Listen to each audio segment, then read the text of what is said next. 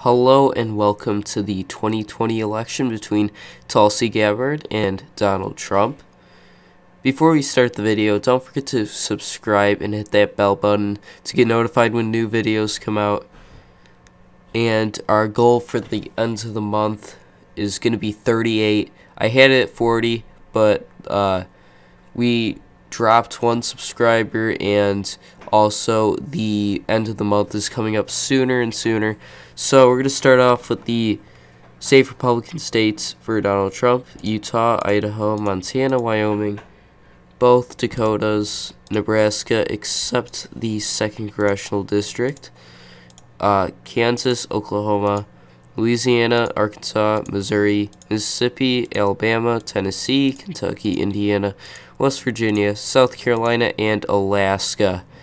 We're going to move on to Tulsi Gabbard's safe states: California, Washington,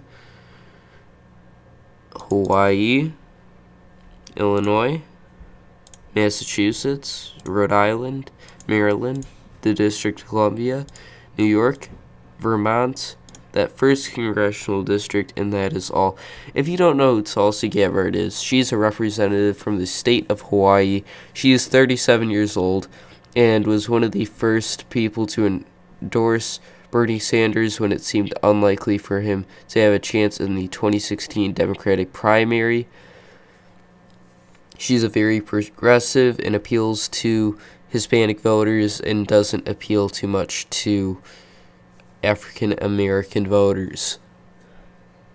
We're going to move into the likely states for Donald Trump.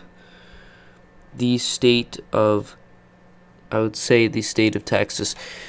Even though she appeals to the Hispanic voters, she is super young, and I don't think she would be able to sway too many independents onto her side there, because they're just going to see her as like someone who's too young to be president, and I think she's just too progressive also for Texas. Texas, I would say, is more, if you want a Democrat to win there, you'd have to be more of a moderate Democrat, or someone super energetic and would appeal a lot to the Hispanic vote. And Tulsi Gabbard, even though she is very, I would say, pretty young candidate, probably could get out voters. She does appeal to the Hispanic vote, but it is not enough. I don't think she would appeal enough to the Hispanic voters to get enough of them out to put in the lean or tilt column. And in the state of Georgia, because she doesn't really appeal to the African American voters, I could see Donald Trump staying in a likely column for Georgia. And also with her being so young and probably not really appealing to too many independents and those moderate Republicans, that she could sway onto her side to flip some of these states like Texas and Georgia. She would need to, I think if she was older and she appealed more to the African American base, she could probably flip the state of Georgia and probably get Texas very close. And then I could also say in the state of Ohio, she's not too well known, and I don't think she would do too well in the Midwest. She's more, I would say, well, definitely she'd appeal to her state, but I could also see her more of a Sun Belt type of candidate, appealing more to the South and probably the West, I could see. I could also see, hold on, let me move into her column. I could see the states of Oregon, Connecticut, New Jersey, Delaware. These are for sure states in the likely column. And same with the state of New Mexico. They're just slightly closer and probably like a couple points away to go into the safe column. They're just slightly closer than other Democratic states. And same with the state of Virginia. She would do very well there. Republicans have basically the Republican voting there compared to Democratic voting has been on a decline, and the Democrats would actually win Virginia in a safe column if they win off the House election in 2018. That's a 9% shift.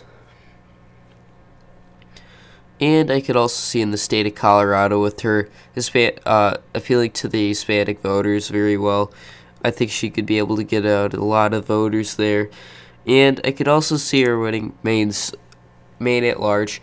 It really depends on the candidate, and I think she could edge it into the column, even though she is a younger candidate and probably would appeal too well to the Midwest. Trump hasn't done too well in Maine, but I think he would still carry the congressional district in almost any race except maybe Bernie Sanders. And she also has that progressiveness, so I think she'd do very well in the state of Maine like Bernie Sanders did, and also in the state of New Hampshire.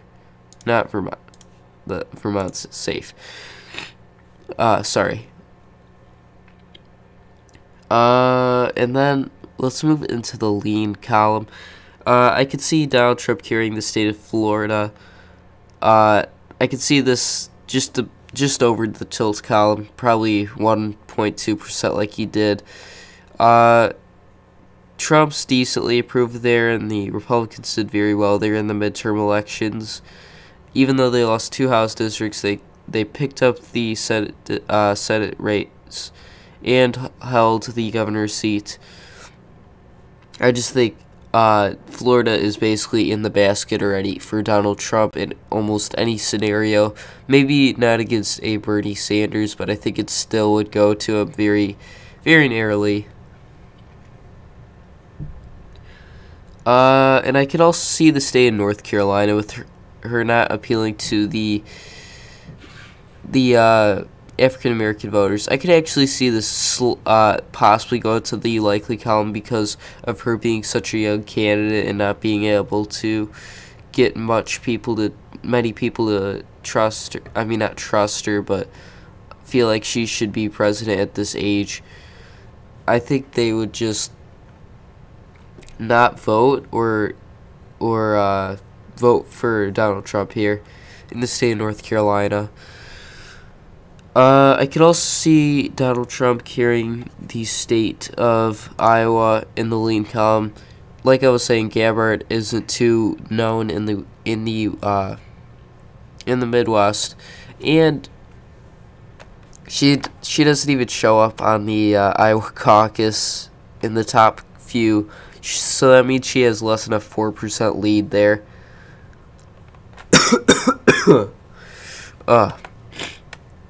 And in the state of Arizona, I could also no, never mind. Let me talk about Arizona after.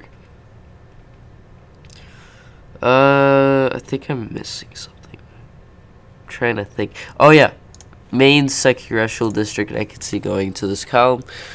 Even though it was the House district was lost, it was only by about 1%, and when it shifts back to a general election, it means it's going more in favor to the president, so I could see it shifting enough back to put it in his column very narrowly, even though Gabbard is very progressive and probably very charismatic, and I think she would do very well in Maine, but I don't think she would be able to carry the second congressional district. Let's move into the tilt column for the Democrats. I could see, wait, I forgot about the lead column. The state of Minnesota, I could see going to it. Close to the likely column, but with her not just appealing to the Midwest, and I think with her not being able to get the African American base out and her being so young, I think it could stay in the lead column. And also the state of Nevada, this is close to the likely column. I just think the independents would come out too well for her, and I think even though she probably get most of the Hispanic vote out there, she'd still carry it in the lean column.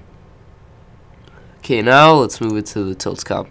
I could see the state of Arizona going into it. I could see her actually potentially carrying the state.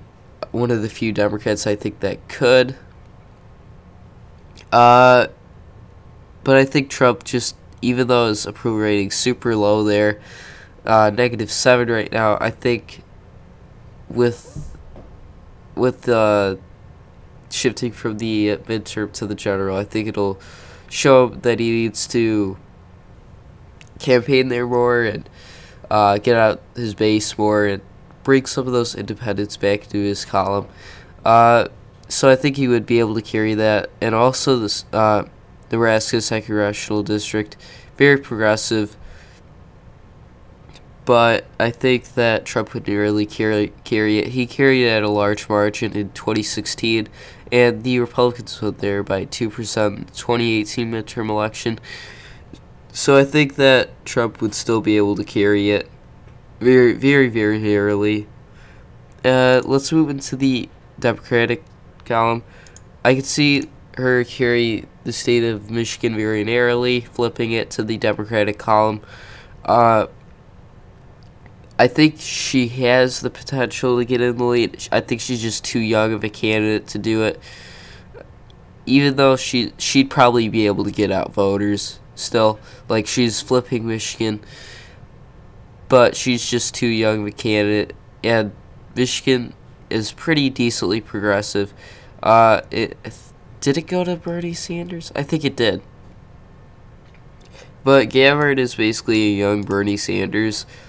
But I think just the independent voters and those moderate Democrats wouldn't really appeal too much or come out to vote. So I think it would narrowly go into her column. I think just because Trump's approval rating's not too good there, Republicans did very bad there in the midterm elections, losing the governor and the 2 House districts. Let's move into the tilt Republican column again. I could see the states of Wisconsin and Pennsylvania nearing out to him, closer than 2016, but just because she's such a young candidate, I don't think she'd be able to do it too well there, is getting out those moderate and independent voters onto her side. She's just too young, and she wouldn't appeal to the African-American base, so that's also another reason that Michigan would be very close, and Wisconsin, Pennsylvania as well. So I think in all, Trump would win this election with 290 electoral votes and 248 for Tulsi Gabbard. Don't forget to like and subscribe the video and hit that bell button to get notified when new videos come out. Bye.